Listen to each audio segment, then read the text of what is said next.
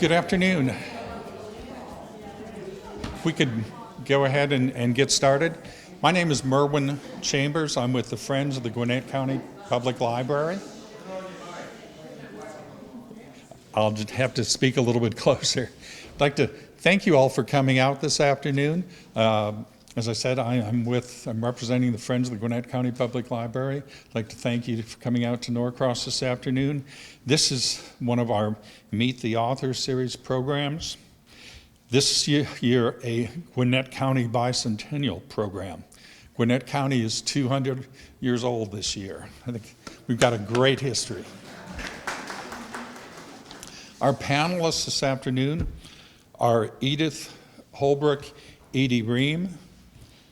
She's enjoyed researching and writing about Norcross history for many of the 20 years that she has lived here. She's the historian for the Tour of Homes events. Her public history work in Norcross can be seen throughout downtown in several bronze markers, that she's written about significant historical figures, people, and events. Edie's enjoyed working on the Norcross book because the city has a rich history, and she's considered it a privilege to be part of this effort that involves so many contributors from the Norcross community. Edie holds a BA, an MA, and a PhD in history, and teaches social studies at Summer Middle School. Images of America, Norcross, is her fourth publication. Let's welcome Edie. Thank you.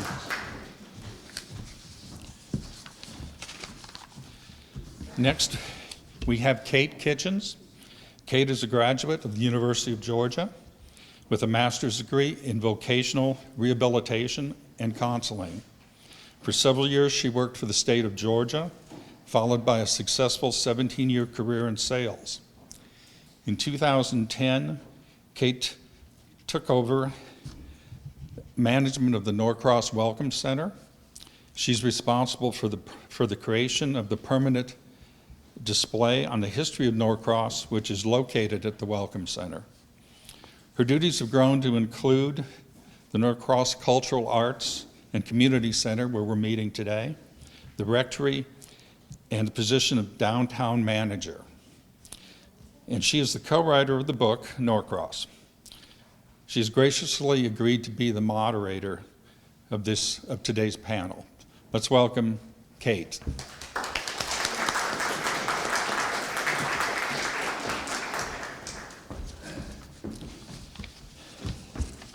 And thirdly, we have Jean Ramsey.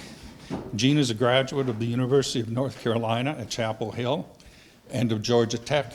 Go Dogs. Go Jackets. Got them both in.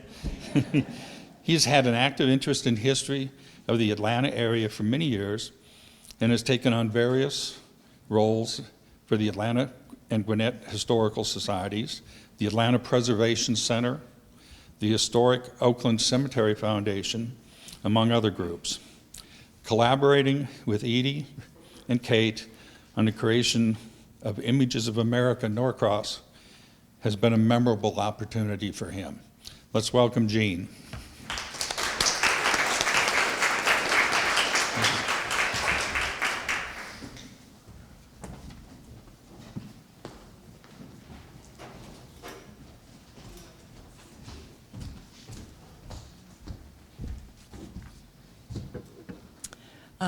We want to thank the Gwinnett County Public Library for sponsoring this event as part of Gwinnett County's bicentennial celebration. Cate, Jean, and I are all honored to be part of this significant and historic anniversary. The city of Norcross was founded in 1870, 52 years after Gwinnett County was carved out of land southeast of the Chattahoochee River that had been ceded by the Native Americans after the War of 1812. Fast forward to 7 years ago, Cate, Jean, and I were tasked with writing this pictorial history of Norcross.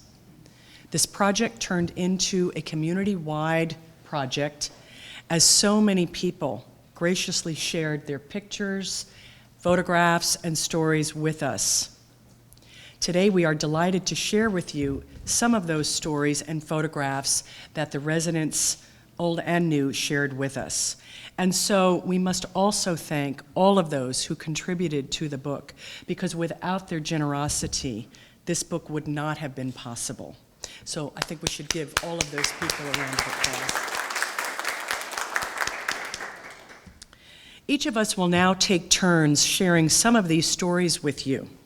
After our presentation, we will be happy to answer any questions you have and then sign books. So sit back and relax. Thanks for coming out on this rainy day, and we hope you enjoy this event.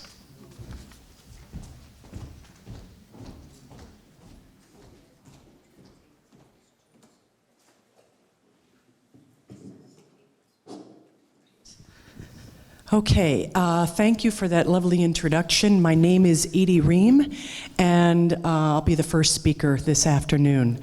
Little history on my interests. I love social history. I love to learn about how people lived, what they ate, how they interacted with each other, and so most of my pictures are really related to everyday living and stories of some of these early people from Norcross. I've always been really fascinated with who was here before Norcross was a city. And this first photograph is about a family that was here from the late 1820s. This is a picture of Mrs. Thomas Hardaway Jones and two of her children. And I enjoy telling this story because for me, this was always a history mystery. I challenge my students with history mysteries as well. There's a grave in the Norcross City Cemetery of a little boy about 10 or 11 years old, and his name is Jones. His last name is Jones, and he died during the Civil War. He was shot during the Civil War, and it would always bothered me. I thought this cemetery wasn't in place during the Civil War. The city wasn't founded until 1870. It was not until we worked on this book, I'd been living here 13 years or so, that we were able to piece together this history mystery and solve it. And it involves members of the Jones family and one of their slaves, Hampshire Jones. During the Civil War, the famous Battle of Atlanta, of course, was fought in the summer of 1864. Skirmishes were held all around the metro area. One of those skirmishes occurred on the Jones farm near Best Friend Park. That's our estimate of where it was located. About 500 acres. Mr. Jones had been married, had a large family with his first wife. She died, he remarried and had a younger family. The older sons went off to fight for the Confederacy in the Civil War. The younger sons were home. One of his older sons was out on a scouting mission for the Confederacy during the Battle of Atlanta, and he decided to stop by his father's farm. He hadn't seen his father in several years, and his own farm was down by the Chattahoochee River. So he made a surprise visit to his father with his other scouts. It was a joyful reunion. Father and younger son came out to greet the older son. And as they did, Yankees came over the hill, bullets were flying, and the young boy was shot through the ear and killed. So it was a tragedy. The older son took off, of course. The Yankees were after him. He hid in swamps nearby, but back at the Jones farm, of course, the mother was grieving, the father was grieving. And the mother was inconsolable, and so it was thought it might help her if she were to have the daughter-in-law come and visit. Well, the daughter-in-law was on the son's farm near the Chattahoochee River. 5 miles on foot, there and back. So a 10-mile round trip. They asked Hampshire, their slave, one of a few remaining slaves, because by that time many slaves had run off to freedom. He stayed with the family, and he took that walk under cover of darkness 10 miles round trip to collect the daughter-in-law, come back and console the grieving mother. Hampshire, in the recollections we have, is only known as Hampshire. After the Civil War, he took the family who had owned him, he took their last name, so he is Hampshire Jones. And it was during the writing of this book that we found his grave at the historic Hopewell Cemetery. And so we were able to piece together some of these missing pieces of the story. So now we know that this young boy was killed. He was not buried in Norcross City Cemetery until a brother who might not have even been born at the time, as an adult, took the, oh, thank you so much, took the remains of his brother and moved them from the family farm where he initially had been buried to the Norcross City Cemetery along with his parents, and all three of them are interred at the cemetery. So that was the history mystery that we were able to solve. Why was this young boy buried in a cemetery that did not exist at the time of the Civil War, and really gave us some insight as to what was going on even 20 miles outside of Atlanta during this very famous battle during the Civil War, turning point in the war. So I'm going to proceed with this. My next slide is John Thrasher, who is really the father of Norcross. John Thrasher was a very civic-minded businessman in Atlanta, very prosperous. He and his best friend, Jonathan Norcross, cleaned up the corruption in Atlanta in the 1840s and 1850s. He was also a speculator, and he bought land, about 250 acres. He bought land lot number 254. And this land was designated as the first stop of the railroad that was going to come out of Atlanta. And then we had this little thing called the Civil War come about. And as 1860 approached, plans for all railroad construction, of course, were put aside. And John Thrasher's ideas for this land, of course, had to be also put aside. After the war, a couple of years after that, about 1868, plans are renewed again for the railroad. And in 1870, John Thrasher auctioned off individual parcels of land from land lot 254, and the town of Norcross was born. He named it for his best friend, Jonathan Norcross. Thrasher stayed around for a few years, and then he moved up into South Carolina, buying other land and speculating there further on up the railroad. But he is really our founding father. So I really like social history, and I also like women's history. And I love this picture because it is a picture of women spinning, which is an iconic task that women performed for centuries. And as late as the turn of the 19th to 20th century, we have this picture of the Davenport women. The Davenport family was a prominent family in town. There's a beautiful historic home on South Peachtree called the Davenport House, where generations of that family lived. Mr. Davenport was a railroad man, and he was from South Carolina, and he fell in love with a girl from Norcross because that train would come through back and forth, and her name was Neppie Grogan. And they married, and they settled down on South Peachtree and had many children. This picture is of several generations of the Davenport women. And I just, like I said, I love the fact that it really reinforces the notion of the day-to-day life. You know, women had their chores, men had their chores. We sort of had separate spheres in those days. And it's just a great, iconic picture of what women did back in the 18th and 19th centuries. Okay, another family story. Again, so many people shared their stories, and this one really touched my heart and the hearts of most people who hear it. So here, pictured here is the Tom Walker family. The picture is from about 1916. And Ida Barkley was a freshman at Spelman College.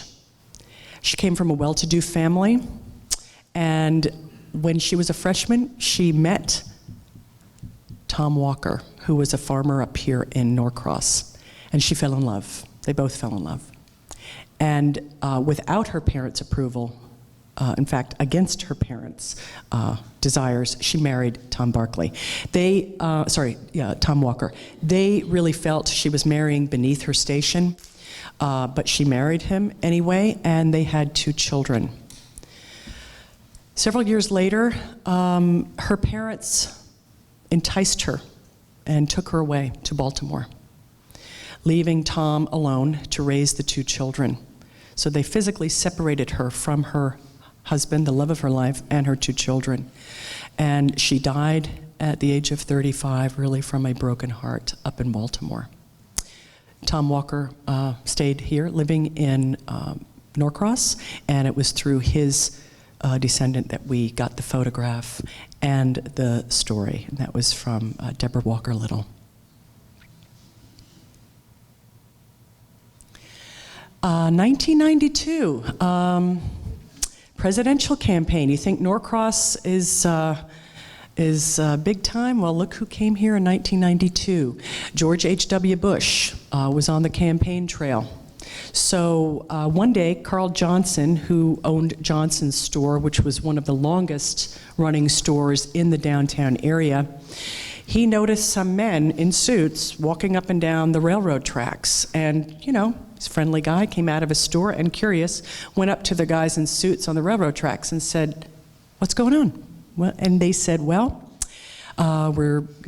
George H.W. Bush is going to travel through here, and we're just specking out the area. He's just going to slow down and then continue on his whistle-stop tour. No plans to stop."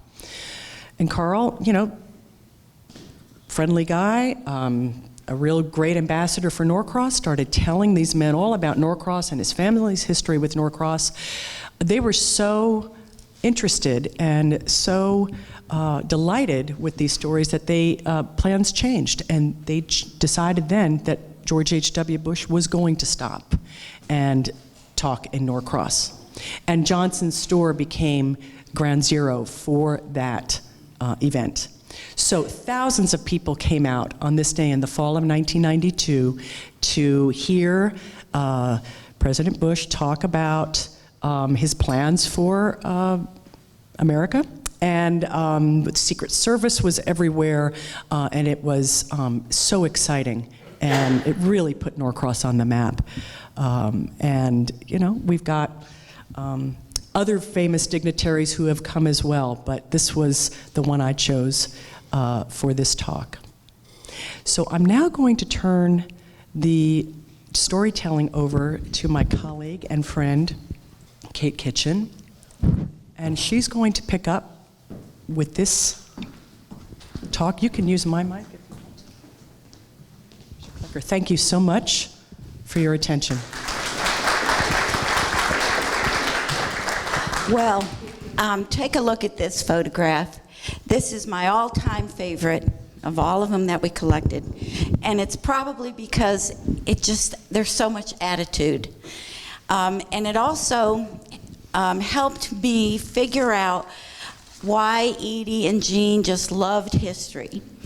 Back when we first were trying to collect photographs, I wanted to go see or talk to Virginia Nesbitt, who at that time was 92 years old, to see what photographs she might have.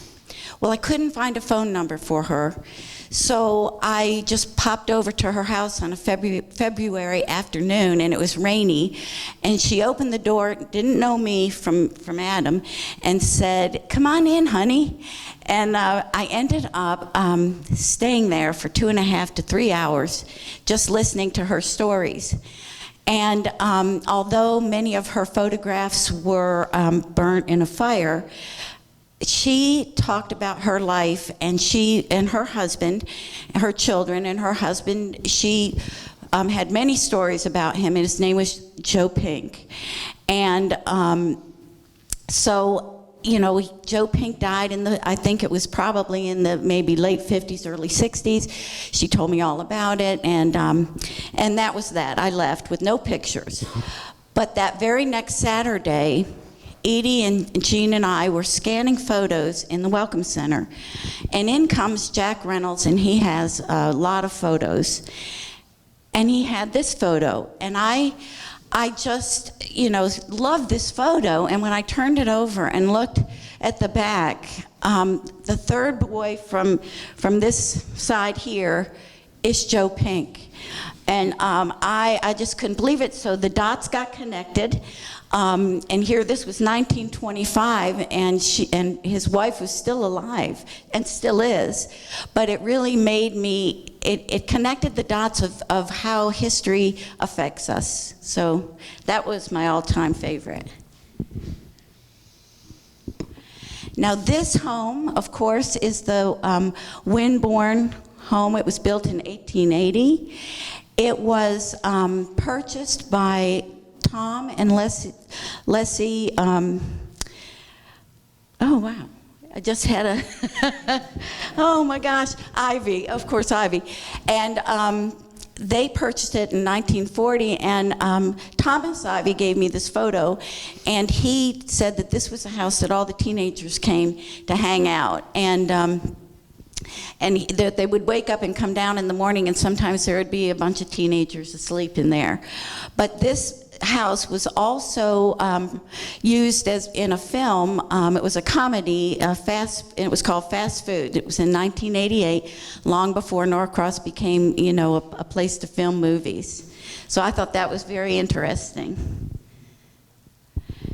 Now this photo is of Cecil Simpson Carroll and her son Harry Lee, and Cecil was the sister of Grady Simpson, and he was, of course, as most of you know, a very beloved police chief, and this was Jane Holbrook's aunt, correct? Yes. So I liked this photograph. They were rabbit hunting. And I think what really, why I chose this photo back 7 years ago is they had lived in what is now the Welcome Center. So, you know, and that's where my office is. That's where I spend my day. And it spoke to me. And of course, Lillian Webb. And you know, she was the first female mayor. I believe it was in the later 1970s, and then became the county commission chair in the 80s, came back and was mayor again in the 90s. And a wonderful woman, and this is at the Atlanta Braves. She threw out the first pitch on Norcross night. But I'll tell you a little snippet. As I was in the Welcome Center one day, and I think it was probably Good Friday, and all of a sudden Lillian Webb comes in, and she's holding bringing a little pail full of candy, and she said, hippity hop, I'm here to drop this off to you. Like, she never forgot, you know, she was just so kind. And she said, I thought, well, I'll just come see you. So that was very sweet. So, and now we'll turn it over to Jean.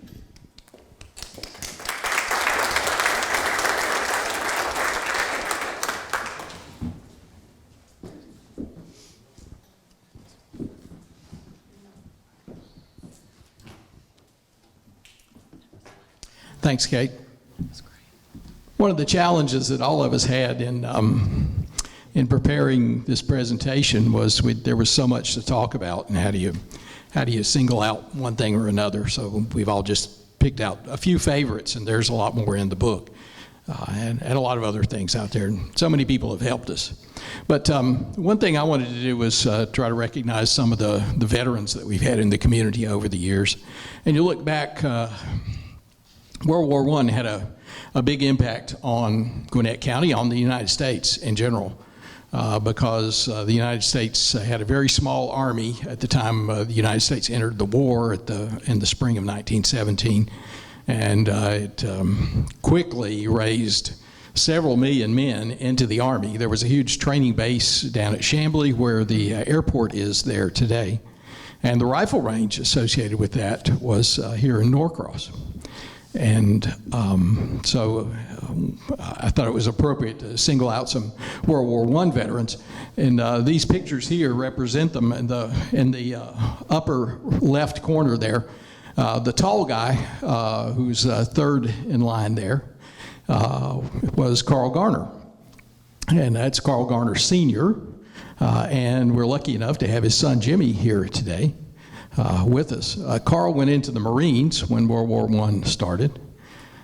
He was a fairly adventurous guy. When he was a young man, he headed west and participated in the wheat harvest and helped build railroads, but he came back to Norcross, where his family lived, went into the Marines and trained at Parris Island, I believe, and then was stationed mostly in Boston during the war because there was a Marine barracks there.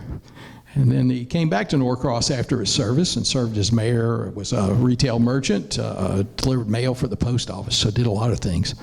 But he had an experience in the Marines in the Yankee part of the world up there. And, you know, there were still memories of the Civil War there, but they got along reasonably well, I'm told. Noy Nesbitt here, another local man who was a Georgia Tech graduate. He graduated from Georgia Tech in April of 1917, and as soon as he finished classes, he went to Fort McPherson and started training. He had to get permission to come back to go to graduation at Tech. But he went into the Army, was in the artillery, and in France he learned to fire anti-aircraft guns at the airplanes that they had in World War I. And he came back to the States afterwards, was an engineer for one of the major oil companies, and then when he retired from that, he came to Norcross and he got the Gwinnett water system started. So he certainly had a connection to Gwinnett. Russell Warbington, this is his tombstone over in Hopewell Missionary Baptist Church Cemetery, and the Army was segregated in those days. And many of the black citizens who went into the Army were working in labor battalions. And he was one of those. They had stevedores who loaded and unloaded ships. They also had labor battalions. They were called pioneer regiments who went to France and did construction work. They repaired roads, they repaired buildings, built things back. One of the things I noticed in my research was that many of the black regiments in France especially had bands, and there were some great musicians in those outfits in addition to them doing labor. And so many of them played for the folks in the countryside there, especially after the war ended in November of 1918, because it took a good while to get everybody back to the United States. The person that I found here who it took the longest to get back to the United States was Paul Settle. Paul Settle was wounded in the campaigns in the fall of 1918, and he died in hospital in France a few days after the war was over, so he didn't survive. So he died in November of 1918, but his remains arrived back in Norcross in January of 1921, and he got a funeral in the Norcross City Cemetery with full military honors there. And this is his tombstone that's over in the cemetery.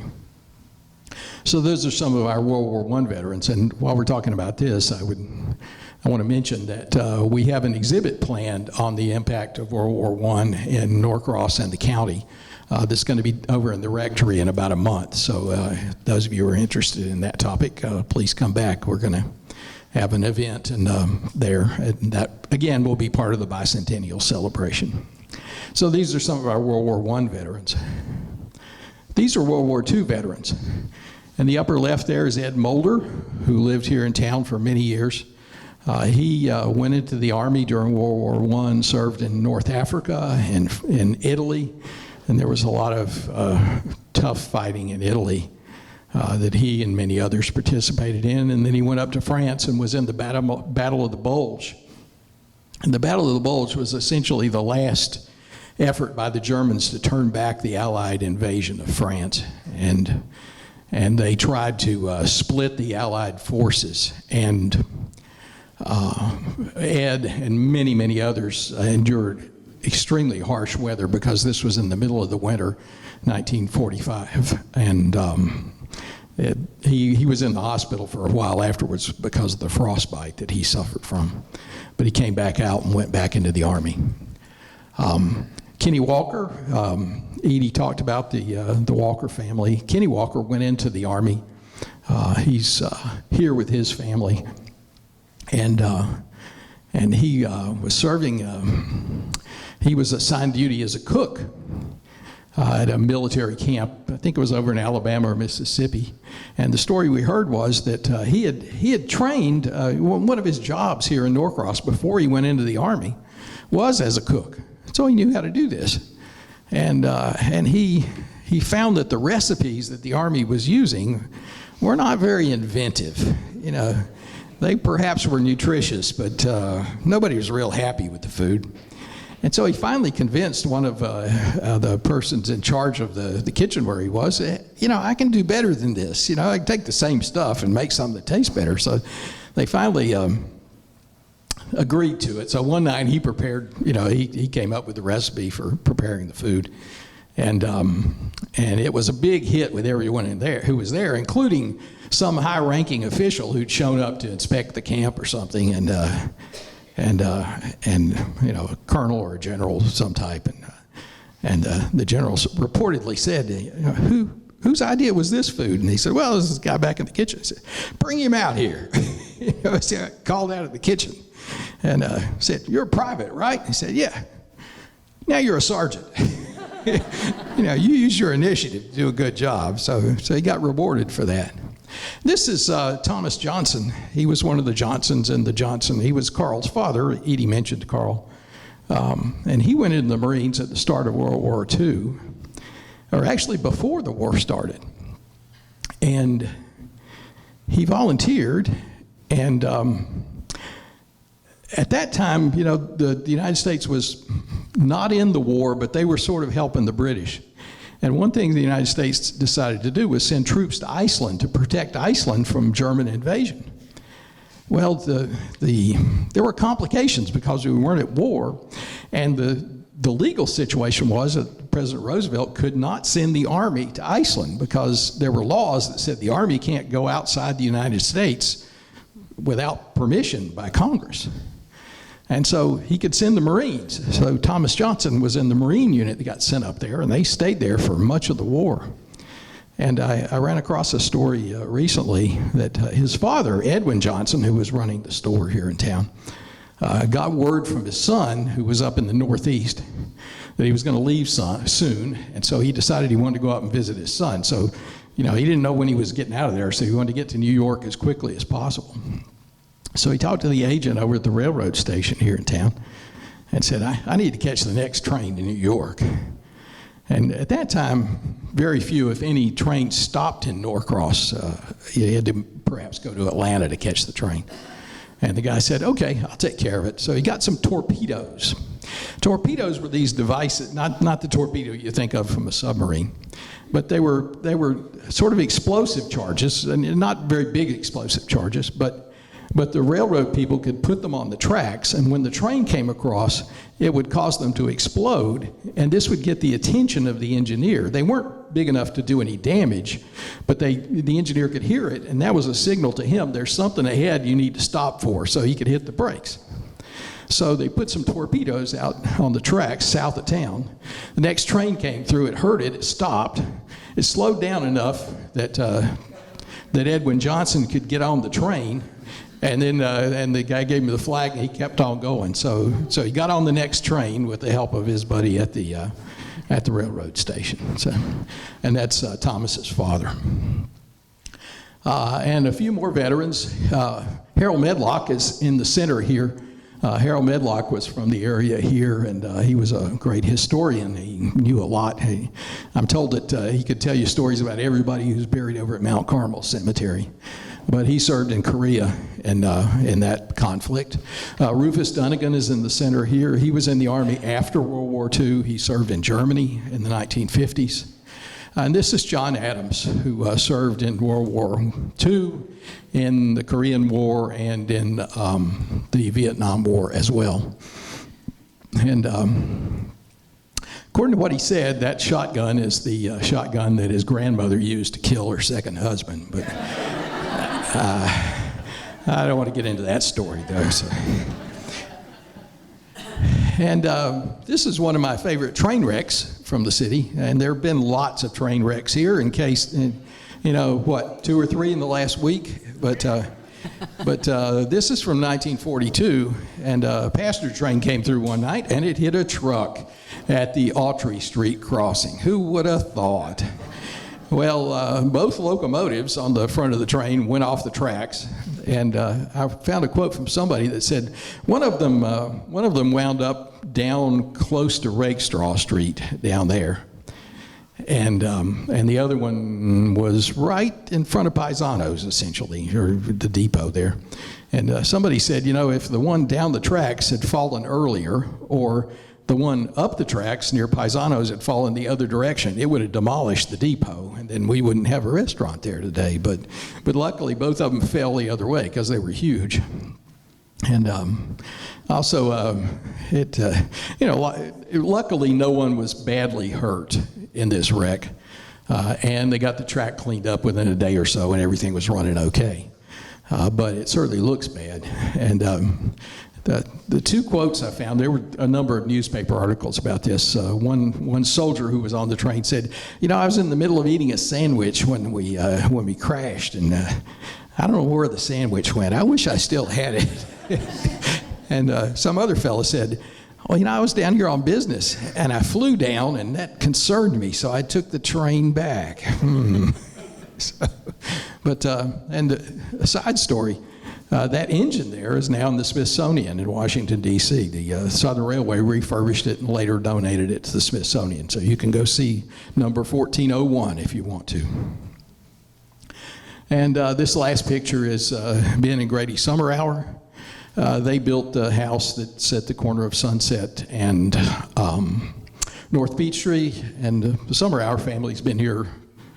Well, they came to America in the 1750s to Philadelphia and gradually moved down this way. Some of them showed up in North Georgia in the early 1800s. And Ben followed in the footsteps of his father. His father was sort of an inventor and came up with a high-grade cottonseed, or relatively a more productive grade of cottonseed by doing some crossbreeding in the late 1800s. And Ben carried on the cotton business here in Norcross, selling seed. And he also owned a huge farm up on the other side of the Chattahoochee River, up 141. So Ben, when he decided to give up farming, he sold that to the Atlanta Athletic Club, so that's why they're there. Sold that in the late 60s. So those are a few examples of some of the pictures in the book. And again, thank you for your attention. And I guess at this point, you can ask questions, or I'm sure we'd be glad to hear some of your stories as well if you'd like to participate. Thank you.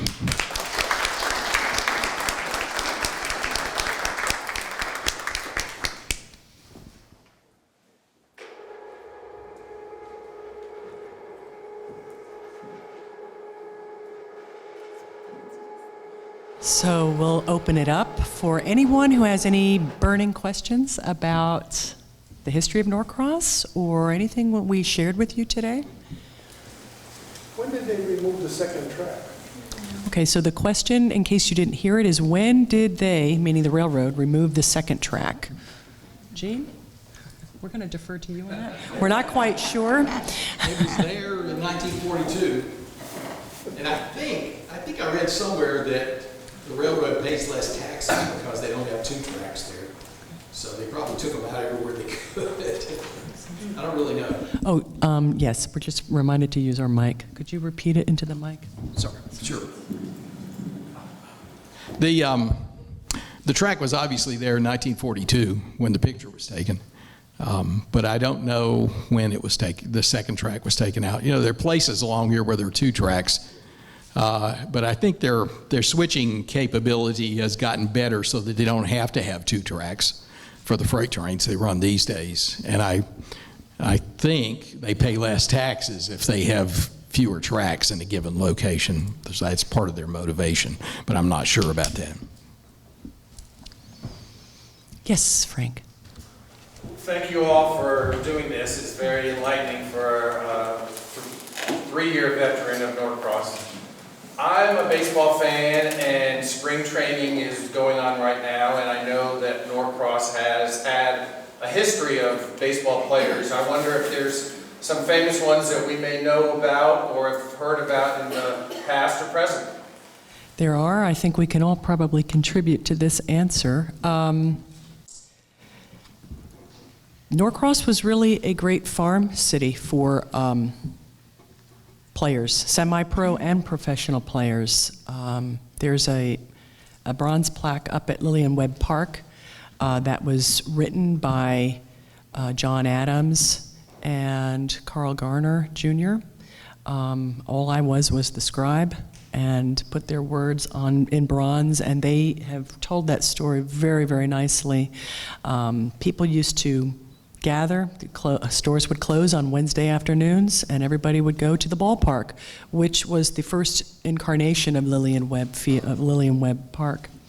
There were 4 who made it to the pros, and their names are up on that plaque, but I'm going to turn it over to Cate to share what she remembers of it, and then Jean, so we can all share in this response, because the town is very rich in baseball history. Well, of course, there's Roy Carlisle, and therefore we have the Carlisle House, just that was his home. But he still holds the record for the longest home run ever hit. And then there was the Ivy brothers. The Wingo brothers. Or the Wingo brothers. Well, I have having trouble with the Ivies. It's the Wingo brothers, and then the 4th one. It's Cleo Carlisle. And Cleo Carlisle, right? That's right. And we do have a photograph in the Welcome Center that is there's Ty Cobb, Harry Heilman, and one of the Red Wingo, and it's on the wall, and there's an article about them, and so at least we know Ty Cobb and Harry Heilman were pretty famous too. So, Jean, you want to tell us about the famous or infamous part of it? Yeah, you mentioned the Roy Carlisle having the record for the longest home run, but there's another record that I believe is still standing from one of our 4 men who made it to the major leagues. Ivy Wingo was a catcher with the Cincinnati Reds and the St. Louis Cardinals for 15, 20 years. And he had, and I'm pretty sure he still has, the record for the highest number of errors by a catcher. So, probably maybe the most famous story linked to the professional baseball players is the involvement in the Black Sox scandals. Jean, we probably remember the name of the... Yeah, well, Ivy Wingo was on the Reds that year, and he was the catcher, and they were playing the Chicago White Sox. The Reds and the White Sox were the 2 winners in the 2 leagues, and they were in the World Series. And it's said that the White Sox, several of the players, thought they weren't paid enough, so they went to some gamblers and made some money off them and threw some games there. And the Reds won the series. It was 9 games that year, which was unusual. But, of course, Ivy Wingo didn't have anything to do with it since he was on the other side. And I'm sure they thought they won the games fair and square, but who knows? Yeah. I have one last story about baseball, and that is one about John Adams. Colonel Adams was a long-term, he grew up here. Jean honored him in his talk about the veterans. John Adams lived here his whole life, except he remembers one time he was picking cotton or working in his dad's fields, and all the young men who worked on the farms, they would take their shirts off in the summer and, have tanning contests.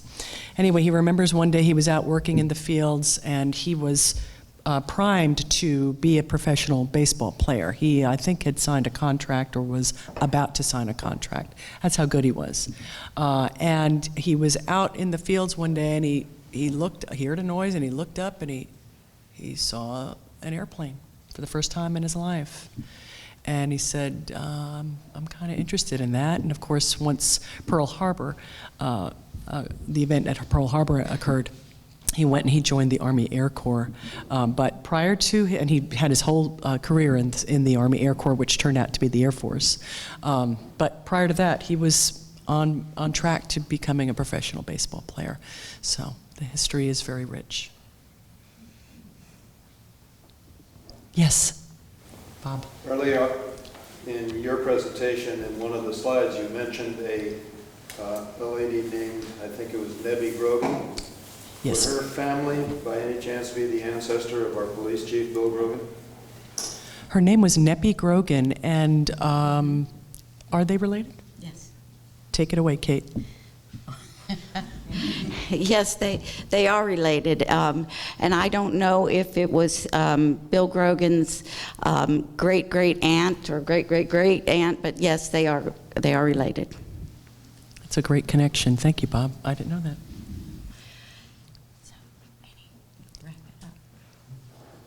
Yes. Thanks again for your presentation. You did a fantastic job. Question on the indigenous people that were here roughly in Norcross. The Creek and the Cherokee that were here in Norcross. And they had a well-traveled trail from here, I think, south. Did that become Peachtree? Are you aware of that?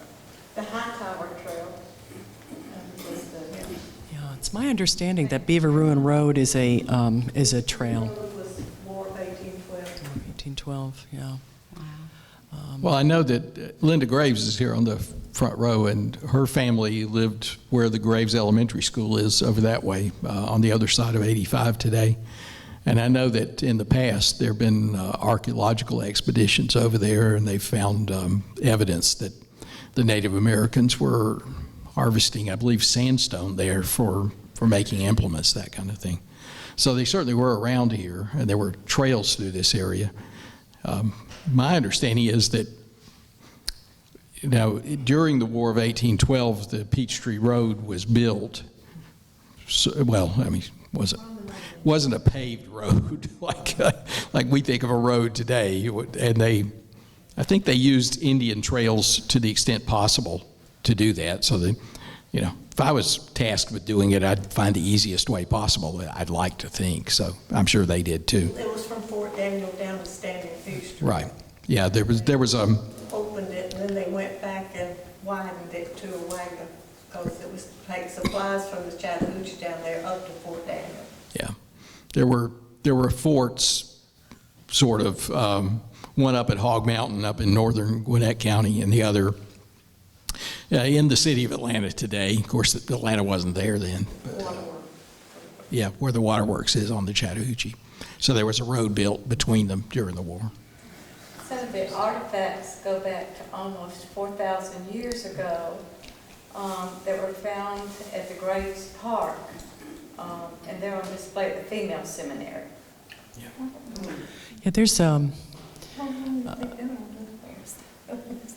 a really long history of the indigenous and Native Americans who lived here. You know, they predate all of us, and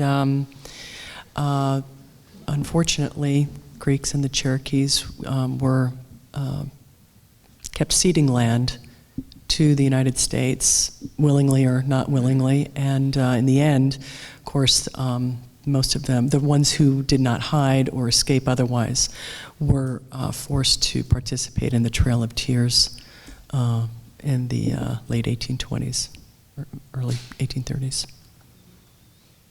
So I'm not surprised that there's you know, artifacts dating that far back, because I think humans in this area of southeast United States have been around for, you know, many thousands of years.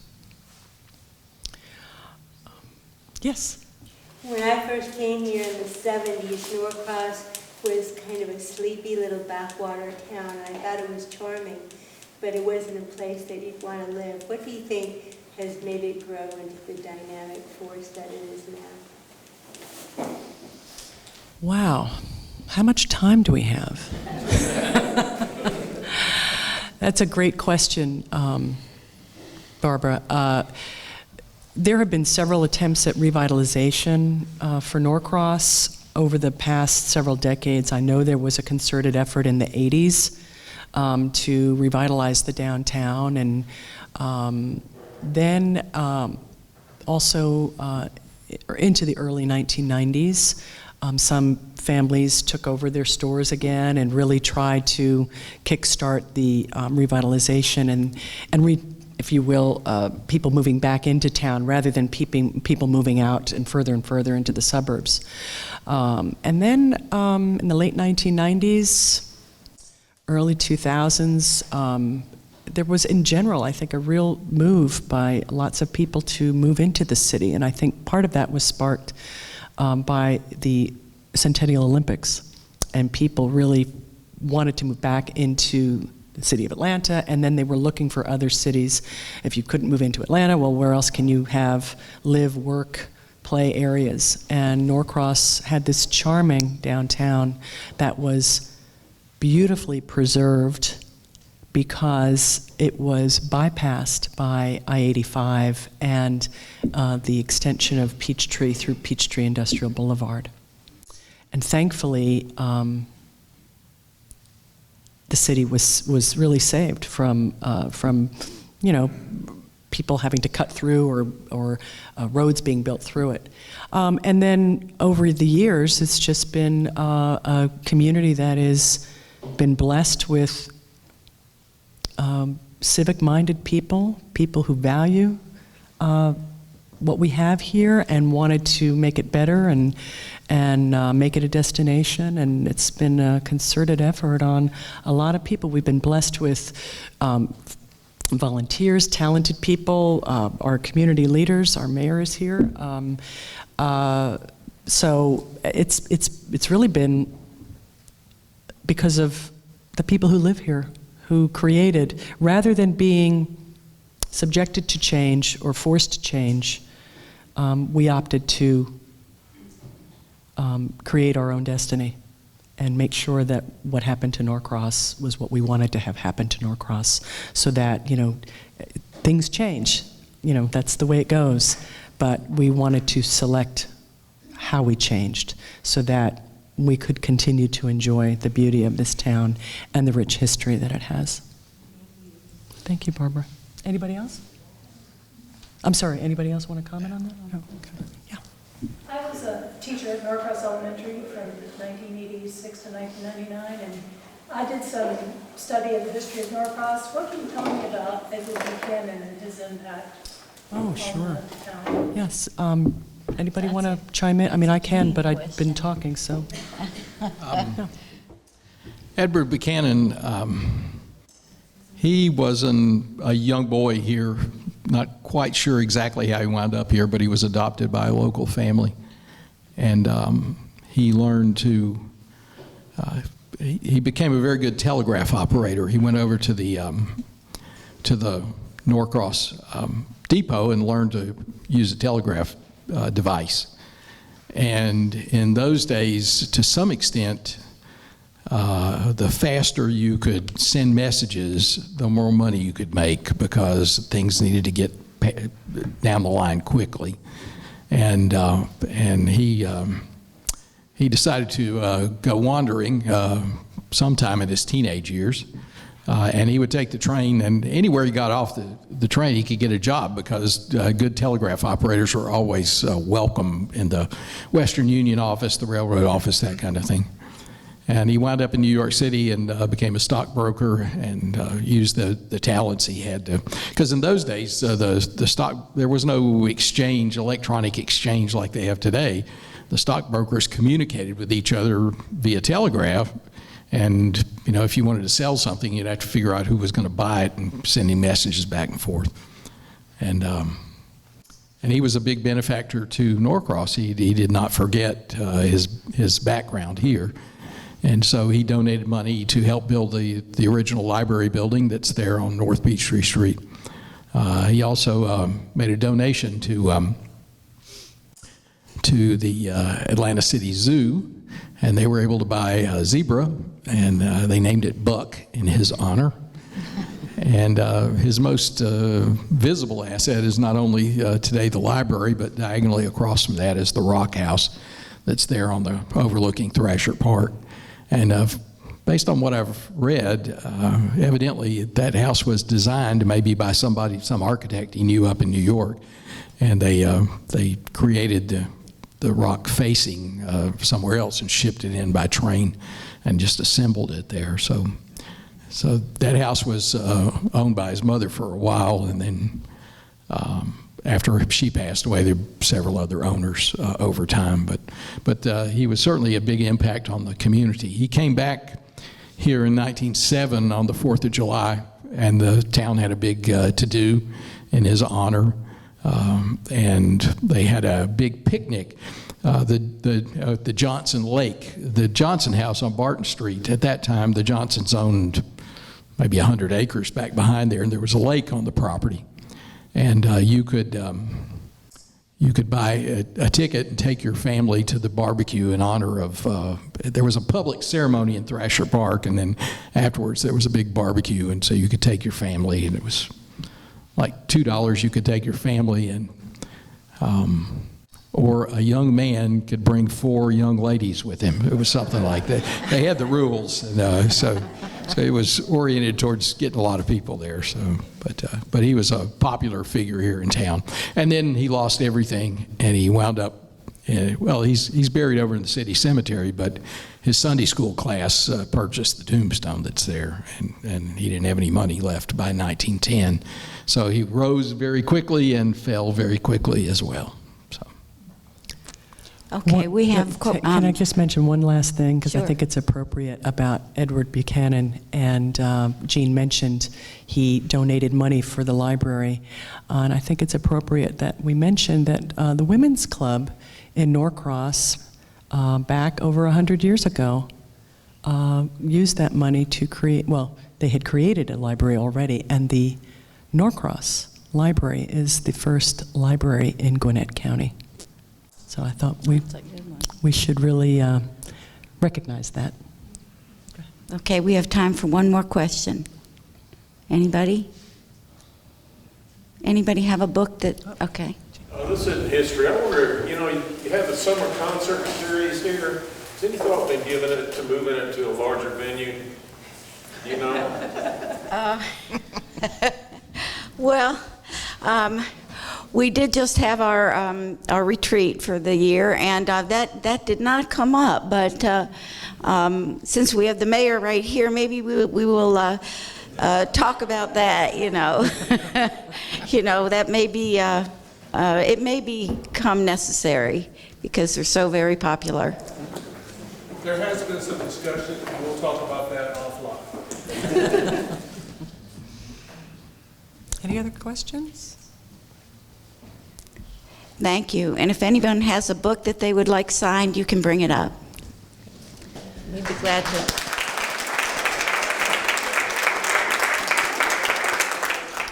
Thank you for coming out today on behalf of the Gwinnett County Public Library and our friends here in Norcross. Thank you to Edith and Cate and Jean. Thank you, and we're honored to have the presence of the mayor of Norcross. Thank you for coming out today, too, and for lending your library this beautiful venue for our author programs. We are most appreciative to bring the literary arts to this very artsy town. We also thank the team sent here by TV Gwinnett. This has been filmed and is part of the Meet the Author series, and we will be sending it for the city to use as they see fit. We welcome you the end of this month to come and meet New York Times bestselling author Steve Berry in nearby Peachtree Corners. But in April, we'll bring back Pulitzer Prize winner and amazingly great speaker, Rick Bragg. So please come out for that. So now, if you would, please line up here and we'll get your book signed. You can meet your authors.